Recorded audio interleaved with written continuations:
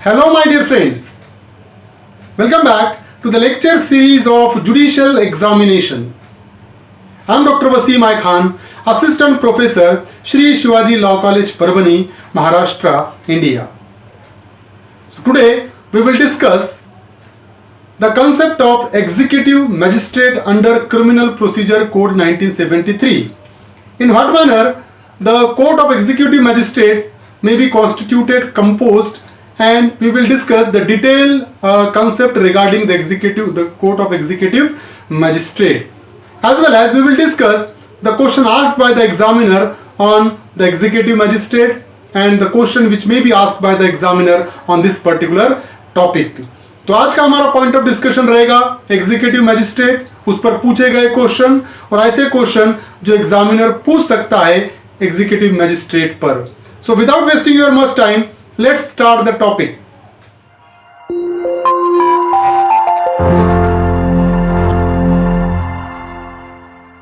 Executive magistrates. So section 20 deals with the concept of executive magistrate. So in every district and in every metropolitan area, the state government may appoint as many persons as it thinks fit to be executive magistrate and shall appoint one of them to be the district magistrate. So the state government is having a power to appoint in every district or in any metropolitan area as many as it thinks fit to be an executive magistrate, and one of them shall be appointed as a district magistrate. तो high court क्या करेगा, district में और metropolitan area में उसको जैसा लगे, जैसा चाहे उतने एग्जीक्यूटिव मैजिस्ट्रेट का अपॉइंट कर सकता है और उन्हीं एग्जीक्यूटिव मैजिस्ट्रेट में से एक को वो as a district magistrate appoint करेगा. The state government may appoint any executive magistrate to be an additional district magistrate, and such magistrate shall have the power of a district magistrate under this code or under any other law. तो state government क्या करेगा, उन्हीं executive magistrate में से एक को as a additional district magistrate appoint करेगा और उस एडिशनल डिस्ट्रिक्ट मैजिस्ट्रेट को डिस्ट्रिक्ट मैजिस्ट्रेट के पूरे पावर हासिल होंगे जो इस कोड में उस डिस्ट्रिक्ट मैजिस्ट्रेट को हासिल है. तो यहां पर स्टेट गवर्नमेंट अपॉइंट कर रहा है एग्जीक्यूटिव मैजिस्ट्रेट में से एक को as additional district magistrate. Now whenever office of district magistrate becomes vacant, any officer succeed temporarily to the executive administration of the district, such officer shall exercise all the powers and perform all the duties respectively conferred and imposed by this code on the district magistrate. Suppose if the office of the district magistrate become vacant, under such circumstances the person who is subordinate to the district magistrate can entertain all the power of district magistrate in his absence.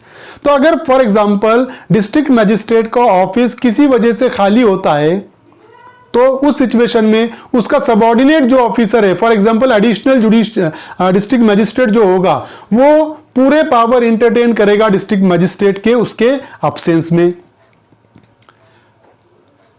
Then sub clause 4 deals with the state government may place an executive magistrate in charge of subdivision and may relieve him of the charge as occasion requires, and the magistrate so placed in charge of a subdivision shall be called the subdivisional magistrate. अब यहां पर क्या होगा, state government को power है, may place an executive magistrate in charge of a subdivision. एक आधे executive magistrate को इंचार्ज बना सकता है सब डिवीजन का एक आधे, and may relieve him of the charge as occasion require, और उसको उस चार्ज के लिए रिलीज भी कर सकता है.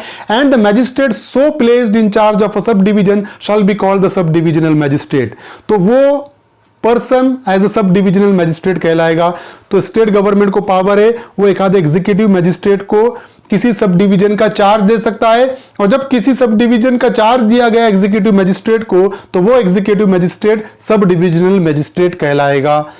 सब clause 5 deals with nothing in this section shall preclude the state government from conferring under any law for the time being in force on a commissioner of police all or any of the power of an executive magistrate in relation to a metropolitan area. So एक आधे metropolitan area से related state government क्या कर सकता है, state government किसी commissioner of police को executive magistrate के पावर बहाल कर सकता है। यहां पर स्टेट गवर्नमेंट को कोड के कोई भी प्रोविजन रोक नहीं सकते। तो एक आधे कमिश्नर ऑफ पुलिस को मेट्रोपॉलिटन एरिया में एग्जीक्यूटिव मजिस्ट्रेट के पावर कन्फर कर सकती है, उसको पावर दे सकती है स्टेट गवर्नमेंट।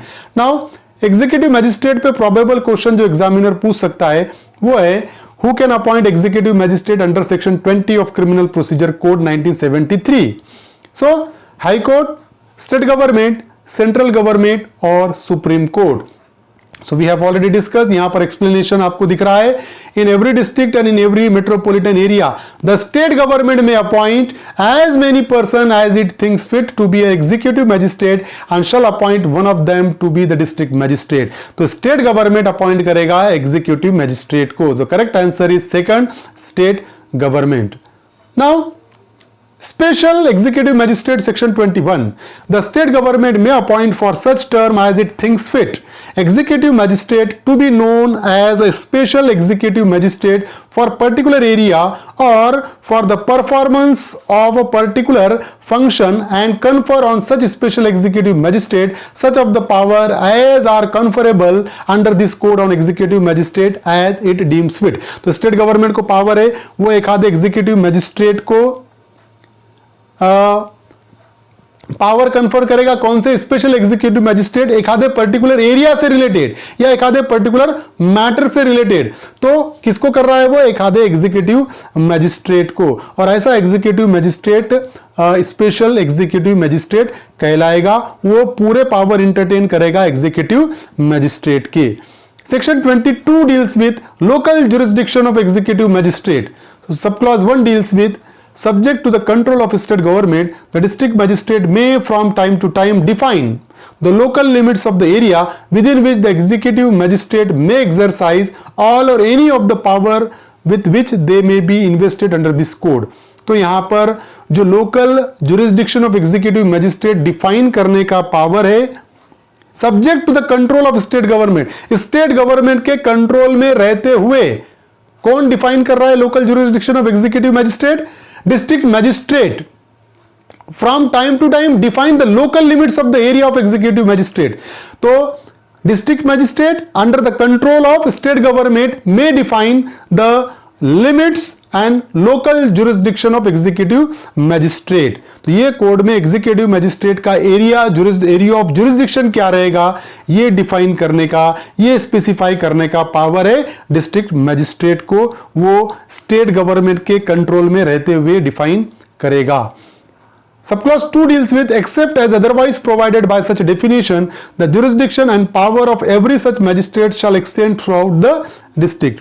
अगर इस कोड में या इस डेफिनेशन में या क्रिमिनल प्रोसीजर कोड में या कोई और लॉ में स्पेसिफिकली अगर किसी एग्जीक्यूटिव मजिस्ट्रेट का एरिया डिफाइन किया हुआ है तो वो एरिया रहेगा। अगर कहीं पर डिफाइन किया हुआ नहीं है, under such circumstances the jurisdiction and power of every such magistrate shall extend throughout the district. अगर कहीं पर भी एरिया डिफाइन किया हुआ नहीं है, उस सिचुएशन में एग्जीक्यूटिव मजिस्ट्रेट का जो एरिया रहेगा वो पूरा डिस्ट्रिक्ट रहेगा, वो पूरे डिस्ट्रिक्ट में वो पावर इंटरटेन कर सकता है। Section 23 deals with subordination of executive magistrate. All executive magistrate other than additional district magistrate shall be subordinate to district magistrate. तो जितने भी executive magistrate है other than additional district magistrate, additional district magistrate को छोड़ के बाकी जितने executive magistrate है shall be subordinate to the district magistrate. वो पूरे district magistrate के subordination में रहेंगे। And every executive magistrate other than a subdivisional magistrate exercise power in a subdivision shall also be subordinate to the subdivisional magistrate, subject however to the general control of district magistrate. तो जितने district में executive magistrate है वो district magistrate के subordination में रहेंगे additional district magistrate को छोड़कर। और जो सब डिविजनल एरिया में जितने एग्जीक्यूटिव मैजिस्ट्रेट है वो किसके सबऑर्डिनेट रहेंगे? सब डिविजनल मैजिस्ट्रेट के सबऑर्डिनेट रहेंगे और उन पर कंट्रोल रहेगा डिस्ट्रिक्ट मैजिस्ट्रेट का। The district magistrate may from time to time make rules or give special order consistent with this code as to the distribution of business among the executive magistrate subordinate to him and as the allocation of business to an additional district magistrate.